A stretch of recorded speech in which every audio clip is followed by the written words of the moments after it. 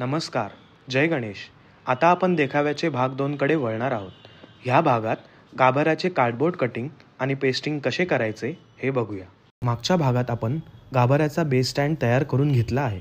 चला आता त्यावर काम सुरू करूया. सर्वप्रथम आपण बॅकफ्रेमच्या पुठ्ठ्याने सुरू करूया. हा साईजचा डायग्राम रेफरन्ससाठी दिलेला आहे.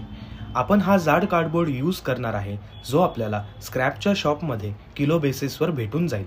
त्यावर आधी आपण आपल्या मेजरमेंट्सनुसार लाईन आखून घेणार आहे आणि मग तो कटरने कट करून घ्यायचा आहे. आता साईड फ्रेमसाठी साईज आखून घ्यायची आहे आणि त्याप्रमाणे पुठ्ठा कट करून घ्यायचा आहे. त्याची सुद्धा साईज दिलेली आहे. इथे कात्रीचा उपयोग कमी करायचा आहे कारण कटरने पुठ्ठा नीट कापला जातो.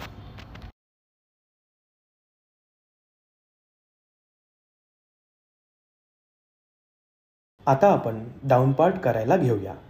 पहिले सर्व साइजेस प्रमाणे आखून घ्यायचे आहे आणि नंतर पुठ्ठा कापून घ्यायचा आहे. यामध्ये आपण वरच्या पार्टला अशा प्रकारे खाचा करून घ्यायची आहे म्हणजे तो पट्टीमध्ये नीट बसेल. हे सर्व पार्ट्स आपण कट करून घेणार आहे आणि नंतर बेस स्टँडला जॉईन करून घेणार आहे. आता आपण हे सर्व पार्ट्स कापून झाल्यावर त्यांना पेस्ट करायला घेणार आहे. पुठ्ठा मागच्या फ्रेमला जॉईन करण्यासाठी तारचा उपयोग करायचा आहे. तार हे जास्त पातळ किंवा जास्त जाड घ्यायची नाही, त्याने पुठ्ठा फाटण्याची शक्यता आहे. तार कशी लावायची ह्याची पद्धत आता सांगतो. आधी मीडियम साईज तार कट करून घ्यायचे आहेत.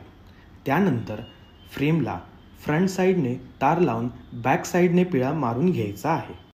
आता आपण स्टँडच्या बेसला सुद्धा असे स्क्वेअर पार्ट्स कट करून घ्यायचे आहे आणि सेम प्रकारे जॉईन करून घ्यायचे आहे. शक्यतो तारा अशा बॉर्डरला लावायच्या आहेत जिथे ते जास्त दिसून येणार नाही आणि पुठ्ठासुद्धा नीट दिसेल. वरच्या साईडसाठी स्टँड आडवा करून मग त्यावर पुठ्ठा तारेने लावायचा आहे. त्याने तो जास्त बेंड होणार नाही आणि फाटणार नाही. यामध्ये आपण तार फ्रेमच्या सगळ्या साईड्सला आणि सगळ्या सेंटर पार्टमध्ये लावून घेणार आहे ज्यामुळे पुठ्ठा हलणार नाही. आता आपला गाभाऱ्याचा बेस स्टँड पुठ्ठा लावून कंप्लीट रेडी झाला आहे. पुढच्या भागात आपण देवीचा मुखवटा बनवणार आहे. हा व्हिडिओ कसा वाटला कमेंट्समध्ये नक्की सांगा आणि आवडल्यास लाईक, शेअर आणि सबस्क्राईब करायला विसरू नका. धन्यवाद.